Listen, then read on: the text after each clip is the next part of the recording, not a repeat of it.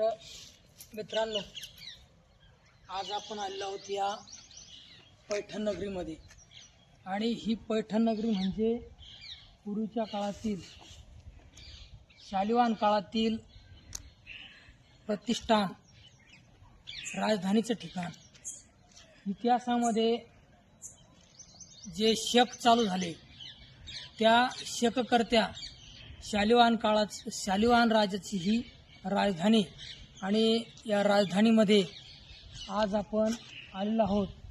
जे कालगणना चालू केली ती कालगणना आपण या इंग्रजी कॅलेंडरप्रमाणे चालतो, परंतु आपला जो ऐतिहासिक ठेवा आहे त्या ऐतिहासिक ठेव्यामध्ये आपल्या शालिवाहन काळातील जे शक आहे, ही जी कालगणनेची सुरुवात या शकांनी केली.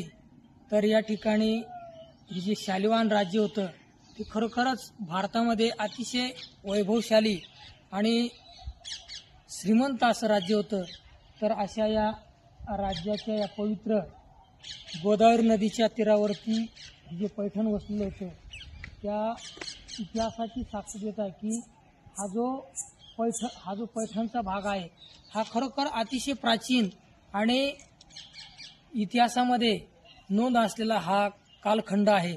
तर चला, तर मित्रांनो, हा अगदी पुरातन काळातील हा वाडा आहे.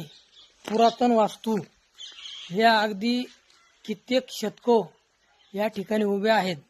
आज या ठिकाणी त्यांचं बांधकाम हे अगदी भरभक्कम आहे, परंतु काळाच्या ओघामध्ये या ठिकाणी या इमारती अगदी नामशेष मार्गावर आहेत.